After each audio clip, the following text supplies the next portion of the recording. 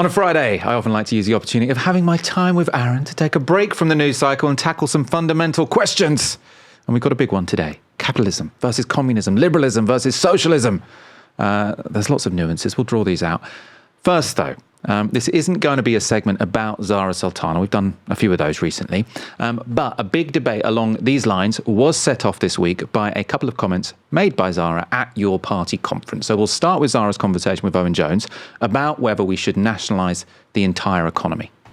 You asked yesterday about kind of policies for the country, and you said nationalise the entire economy. So just wondering, what does that look like? That looks like a socialist transformation of the country where we nationalise utilities, we nationalise energy, we nationalise transport, we nationalise communications, including the internet, but we also have to broaden our horizons. But not the entire economy, though. So we have to have a socialist economy that includes workers running their workplaces through cooperatives. It means public services run for profit, not need, with workers and users on the boards of those organisations. Democratic ownership. And it means the entire economy run by workers, not the billionaires and the corporations that run it today. So that mean I'm just interested because like kiosks, like small little cafe kiosks. That kind of Workers' cooperatives. Yeah. So I don't know. I'm just interested because you said the entire. I'm just trying to. I think it's fascinating. The entire economy under the control of workers. Okay. Whether that is nationalisation, workers' cooperation. Socialisation. And when we look at especially things like food, that means looking at the entire food production system and that being under the control of workers. So as I was saying, there were loads of discussions this week about whether that was a strategic or tactical thing for someone to say if they want to get elected. I want to park that question because I don't think it's the most interesting one to have. I think a more interesting question is whether what Zara suggested there is actually a good idea. Whether having the whole economy under workers' control and not having private businesses alongside the public sector is a good idea. Interestingly, there was also a division online this week between two figures on the left that actually surprised me. I wouldn't have guessed this. The first was Tariq Ali. So you've probably heard of Tariq Ali. He's as close as you get to Marxist royalty in Britain. He was one of the leaders of the anti-Vietnam movement in 1968, very closely associated with the New Left Review. So this was his tweet in response. Well-meaning but pure rhetoric. Both Benn and Livingston had some very good socialist economists working for them who came up with credible plans. The entirely nationalised economies in the former Soviet Union and China, Cuba too, simply did not work. We had huge debates on this within the global left. Zara has to get some help on this one. What she's saying will be laughed at, and understandably. Given the experiences of the 20th century, we know this type of maximalism destroys economies. It should be debated in open and comradely fashion. I groaned when I first heard her saying this. So it's very, very interesting. Tariq Ali saying not just that this is an unstrategic thing to say, but this kind of sort of maximalist worker ownership, full communism doesn't work. Which, as I say, I wouldn't have guessed that would have been his answer. And I wouldn't have guessed that someone who took a very different take to Tariq Ali was Bhaskar Sankara, founding editor of Jacobin magazine, good friend of the show. And just to explain the context here, so on Twitter, I'd said a video of Zoran Mamdani, which he'd made about supporting small businesses, had a better message than nationalise the entire economy. You only need to know that because that makes this tweet from Bhaskar Sankara more understandable. So Bhaskar says, 1. Zoran should make more videos about cutting red tape for small businesses. 2, he should have regular chats with Jamie Dimon about financial services jobs in the city. So Jamie Dimon, is he JP Morgan or one of those big banks? 3, if asked what full democratic socialism is, he should give an answer similar to what Zara Sultana gave Owen. Aaron, Zara's answer to that question created quite the storm online. And as I say, I don't want to make this about Zara or what she said, but it has brought up a real division on people on the left and otherwise about what actually economy do people want. Do we want everything to be completely workers owned, or do they? Who does want everything to be completely workers owned? Who does think that everything should be forced to be a co-op? Who does think that there is actually a big role for private businesses that make some profits while also having a decent state sector? What's your opinion? So I think the night before Owen spoke to Zara, our very own Stephen Methven asked a similar question, and Zara said that nationalise everything. That's what she said. She didn't talk about worker ownership. It's the best of my recollection. To be clear, nationalising everything under state control was dropped by Vladimir Lenin in 1921 with the adoption of the new economic policy. It was described as war communism. That was the position of war communism, 1917 to 1921. That's the idea that everything is administered centrally by the state, and it's the means of production and public ownership. It's there's a political secretariat that administers all of it. Comes back again under Stalin for some, because the new economic policy doesn't last that long. Yeah, right? but broadly speaking, I'm saying that Lenin basically it's associated with war. Yeah. Other countries have tried it as well. Then what she says there to Owen is that, yes, of course, you have public ownership for many things, especially in natural monopolies, where it's exactly the same thing I just described, highly centralized. People love slagging off centralization. I love it for some things, right? You want a centralized water system or healthcare. I don't want like a federalized, especially in a country that's small. So for some things, yes, but then for other things, other parts of the economy, she would like worker ownership. Okay, and that's more consistent with, say, the Yugoslav model under Tito. So under Tito, under Yugoslav actually existing socialism, they have markets, right? The point is that the firms in those markets are worker-owned. They have markets. They did not have markets under war communism. They did not have markets, as you say, under lots of Stalinist Russia. So those are two separate visions. I would say, first of all, I think war communism, if you're not actually in a war, is probably quite a bad idea. Generally speaking, if you collectivize food production, loads of people die. Just a fact.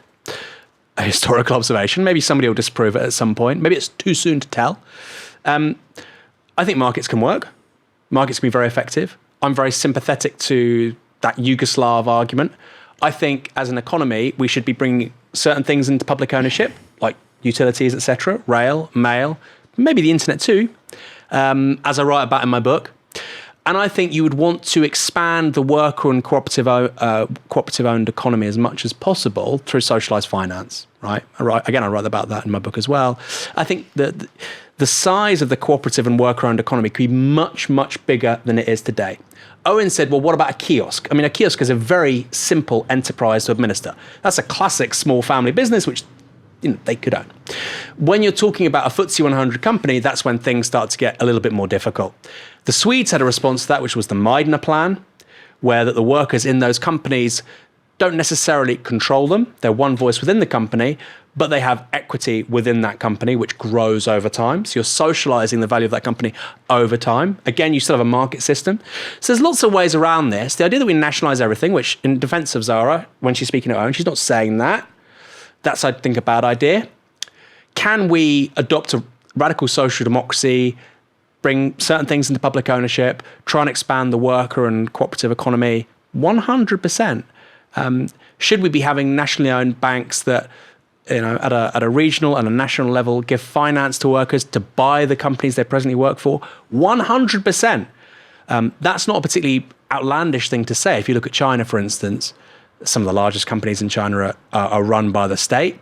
But also, I think any business in China with more than 9 employees has a party cell, has a Chinese Communist Party cell. So look, I'm a moderate. I'm very gradualist with this, and I've framed my views in terms of post-capitalism is going to be an outgrowth of technological changes, and I think that we need to graft onto those technological changes class power, and I frankly think that's going to happen over the next century. Do I think that communism is just, nationalize everything? No, I don't. I think that's kind of the lesson of the 20th century. Although I wouldn't want to diminish some of the very successful socialist projects of the last century. For the Soviet Union to get where it from 1917 basket case falling apart to being the first, nation state to have a man in space, a person in space, that's an extraordinary accomplishment. Yeah, I suppose the Yugoslav example is interesting, isn't it? Because I think lots of people see it as attractive because it was sort of, you can call it communism, but it wasn't Stalinism. And obviously, Stalinism is obviously quite unattractive. But there's also lots of arguments that the Yugoslav model didn't really work very well. It brought good growth to begin with. And then I was reading a Branko Milanovic article about this, who you interviewed two weeks ago, really, really interesting thinker. He was saying it had lots of problems, right? So you had, when you had workers' co-ops, they were less likely to employ new people. Yeah. Because they prefer to raise their own wages. Not because they're selfish, just because that's what you're generally going to do. So productive businesses didn't really expand. That lowered overall productivity in the economy, and that there wasn't enough investment. And he said you ended up getting very, very high inflation, hyperinflation, I think, at some point in Yugoslavia. So I suppose I think that sometimes these arguments haven't paid enough attention to the 20th century. Like, Marx was writing when he thought social democracy wasn't really possible. Right? He didn't think it made sense that you could have capitalism for a century and a half, which would have a big mixed economy where people's wages would rise consistently for a century, which is fair enough. He was writing in 1850.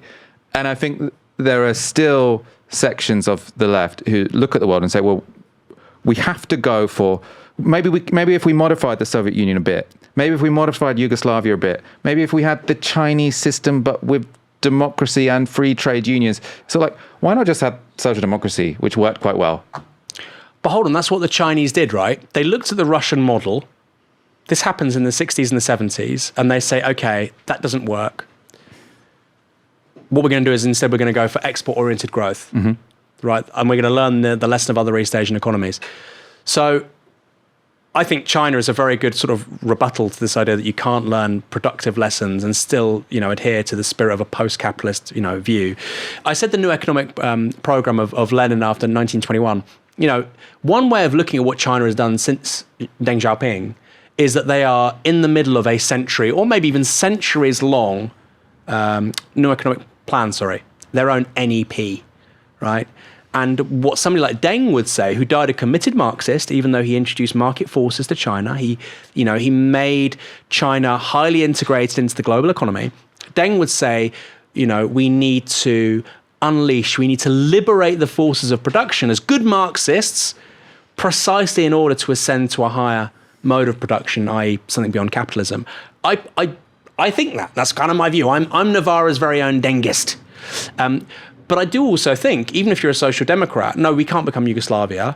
But if you look at, for instance, the alternative models of ownership, the paper that was put out by John McDonnell as Shadow Chancellor, I think in 2017, maybe late 2016, I do think that the co-op and worker-owned economy should be, 20% of the economy. I do think that. And of course, you want strong trade unions in the private sector, 100%. And I think that's probably a very good holding position, for the rest of our lives. Sure. But it's great to have that conversation. And you are right. Another weakness, of course, of worker and co-op businesses is that they tend, in a financial crisis, because they're smaller, they're less likely to get credit from banks. So if you're a bank, you want to make one big risk. I want to give a loan of 100 million to a massive enterprise rather than give 50 loans, which add up to 100 million, to loads of little companies. So what that means over time, longitudinally, is that smaller worker-owned companies, co-ops as well, when there's a financial crisis or when there's a downturn in consumer demand, they can't access the credit that bigger private firms can access. Those private firms just gobble them up. They consolidate them. They tend towards monopoly, which again is a feature of capitalism we're all aware of. So yes, it has its problems, but I think that, between the Preston model, between public ownership of utilities, between the worker-owned economy, and learning some stuff from China too, I think the state should have equity in some private companies, for instance, in this country. It will look a hell of a lot different to what it is right now. Do you think there's a pick and mix problem though? Because, and why I say this is because China has made, I have the utmost respect for the Chinese Communist Party. No one has lifted more people out of poverty in such a short space of time as the Chinese Communist Party. But I don't think, I think we've got a better system. I think if you can have a system like ours, it's better than the Chinese system. In what way? We've got decent standards of living. We've got free speech. We've got free trade unions. Like, I don't know if I'd swap what we've got. When you say we, who do you mean? The UK, Western Europe. America, you could make that argument, right? We've had stagnating productivity for 17 years. We don't build enough houses. Yeah, but all of but the Chinese would say no, but you have a centralized party that they can tame capital, they can tame the rentier class precisely to serve the people. That's what they would say. Well, I mean, housing is still really housing is even more expensive in China than it is here at the moment. So they have their own dysfunctions, and they've been very good at sort of making super fast growth. Still a lot poorer than us. I just feel like I'm very much a pluralist in the sense that sort of, I think if that worked for them, great, go for it. But I think if you can have social democracy, it probably is the best system. The best argument for the CCP is that social democracy might not have worked in a country that big which the Americans might have wanted to subvert because it's a big, powerful country and they didn't want the competition. 100%. That's the strongest argument for the CCP. But I do think that if you can have social democracy, just go for it.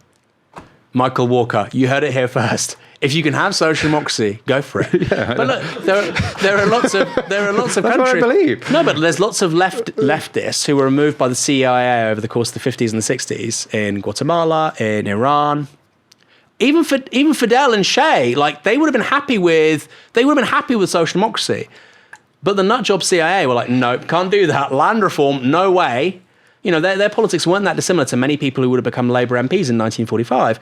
So American empire rules out social democracy for large swathes of the planet. That's why they moved towards like a pro-Soviet Union position. But also, social democracy rests on a few things which I think aren't coming back. So permanently high rates of growth. You have the one-off shift of people living in country, going to city, high fertility rates, high levels of ecological destruction. Now, I still think we should have markets, right? I still think there's some place for private firms for at least a few decades, 100%. But if you think we can go back, and I'm not saying you do think that, but if you do think we can go back to the social democracy and the improvements in living standards that you see in this country and across Europe from 1945 to the early 1970s, you're in cuckoo land, right? Because those rates were very high as a historical one-off for very, very contingent reasons, right? Loads of women entering the labour market, loads of people moving to cities, loads of gas and oil being removed from the planet and us pumping loads of CO2 into the atmosphere. So I'm not so sure. I like the idea of radical social democracy, but if you think that that's a model that can compete in the 21st century with China, I wouldn't be very optimistic. Yeah, I mean, we haven't seen what happens to China when they get to our income level. I mean, it's still a much poorer country than we are, right? So I feel like the jury is very much still out. I also think that, there is an argument that sort of all of these countries could have had this great social democracy if it weren't for the CIA. Obviously, the CIA did those coups, absolutely outrageous, mass murder. At the same time, there's lots of other reasons why people moved away from import substitution. Because I suppose what I think is that Marxists systematically underestimate the dynamism of capitalism. Really? And overestimate. Marx was the original dude saying capitalism is so dynamic. Well, it's so dynamic, it creates communism. But he thought it was so dynamic, but then it would run out. It would start to, in short order, fetter the forces of production. That's why he thought that a revolution might have been a good idea at the beginning of the 20th century. And clearly it had a lot more juice, in terms of raising living standards for sort of everyone. I mean, if the 20th century, I know you did a interview with Yanis Varoufakis about this, whether the 20th century was a tragedy or a disaster. But I mean, there has never been a bigger improvement in people's material living conditions than the entire 20th century from beginning to end. So ideally social democracy, that's what you want, but that system had a lot more juice. And Marx thought that everyone was going to get, the labour share was going to constantly fall. It actually stayed steady until neoliberalism, which we're both against. I just think find some common ground here, Michael. It understates that and then overstates the productivity, the non-problematic nature of the alternative. Because lots of these countries try to do import substitution. You get all of these inefficiencies in state-managed firms. Yes, you also have loads of problems in capitalism. I suppose, to link it to my former story, I think lots of people look at the world and see what they want to see, and actually it's much more complicated. China, you're right, import substitution, people are like, yeah, this is really inefficient, which is to say that you stop importing stuff from elsewhere and you start producing all that stuff yourself. And China, to be fair to China, has basically done import substitution for a number of things, and why not? It was until very recently the largest country in the world by population, the world's largest market. It's really good, is it? Right? They make loads of stuff really quickly, really cheaply, and then their R&D gets really good, and actually all of a sudden they're the best in the world. Look at electric vehicles. So import substitution can work. The thing you said about the 20th century, and it was a great time to be around, I mean, that's just inarguable, really, of course. Could it have been better? I think so. I think it would have been nice to avoid a world war or two. Could have been worse, though, but we got no idea. True, of course. Could have been much worse. Of course. But I think there's two ways of looking at it, right? One is that it was incredible, or you can say, well, actually, no, there was a revolution in technologies and ideas, and the politics fucked things up, right? The First World War, Michael, is just this. What a crazy thing to be talking about on a Friday night. But the First World War... We're both against that. If you look at the world in 1913, Stefan Zweig talks about this, nobody thought that was even plausible. Nobody thought it was plausible. You have this incredible globalization, republic of letters across Europe, a sense of modernity and possibility probably far greater than right now. Actually, not probably, much greater than now. And within a year, people are killing each other by the hundreds of thousands in continental Europe. So on social democracy, Lenin, Michael, until 1914, Lenin called himself a social democrat, right? It's a very loose term. And you're saying pick and mix. We live in a pick and mix world, right? We have private firms, we have public ownership, we have cops, we live in that world. We have markets, we have non-markets. The family isn't a market, okay? The state often doesn't work like a market. So the thing you're saying about, I'm trying to get my train of thought back because this is key. Yeah. The thing you're saying about public ownership and this kind of fetish for not adhering to market systems, I kind of agree with you. I love markets, but I think you've misread Marx. Marx doesn't say that capitalism fetters the means of production. It's the institutions which capitalism creates which fetter the means of production. Capitalism itself is constantly revolutionizing. They're constantly trying to make money, look at those crazy people with betting markets. These nut jobs are constantly trying to make more money. AI, robotics, the space race, that's capitalism. But at the same time, capitalism also means you have Google has to make its searches shit because the more searches, the more ad revenue. So they've had to make their own product worse. That's capitalism, right? On a twin track, you've got robots on the one side and you've got companies literally trying to make their own cornerstone products worse every year so that you can waste more time looking at their adverts. That's capitalism. And Karl Marx was saying, can we do something better than that? I think we can. Let's get rid of the rentierism, Michael. Well, get rid of the rentierism. I'm quite into Henry George at the moment. Let's go to a blast from the past. This is Jeremy Corbyn when he was Labour leader speaking to the CBI. What's your view of people personally doing well financially from businesses they start, found, grow, or lead? No, I don't have a problem with people doing well at all. Indeed, I work with and know many people in my own community and other places that do set up and establish small businesses, and sometimes they grow to be considerably bigger. They all go through the pain of trying to get a premises, if they're making things or selling things, trying to borrow the money to do it, trying to fix it up and all that to get started. And they work incredibly hard and they do take huge personal risks to achieve it. Some fall by the wayside and those businesses don't make it. Others do very well. I don't have a problem with that. I don't have a problem at all with that. Quite the opposite. It's actually the dynamic that's brought about much of the technical and economic development we've got in this country. But two things need to happen. One is those innovative, creative people that have designed so much of the high technology we've got need support to do it and need access to appropriate funding to get their businesses going. And if they do become incredibly rich, then I invite them to be happy with their wealth, but also to share it a bit by paying their taxes as appropriately so that our public services are there for them just as much as they're there for everybody else, so that we don't have this horribly divided society. I don't think any of us want to walk past rough sleepers on the way into our businesses every day. What we want to do is walk into our businesses knowing that we have a society that does care for the very vulnerable and those that have suffered all kinds of catastrophes in their lives. That makes for a happier society. Many, I'm sure, in this room give and support charities in lots of ways and give lots to their community, and I thank businesses for that. But it's also important that we do have properly funded public services to make sure those services are there for all time. There's just someone questioning that is housing expensive in China. In Beijing, the house price to income ratio is 37. So we think it's high in London, it's about sort of 10 to 15, 37. In Shanghai, it's similar. So like the idea that, oh, they've just got it right. Like they have their own dysfunctions. Anyway, Corbyn there, that was just very bog standard.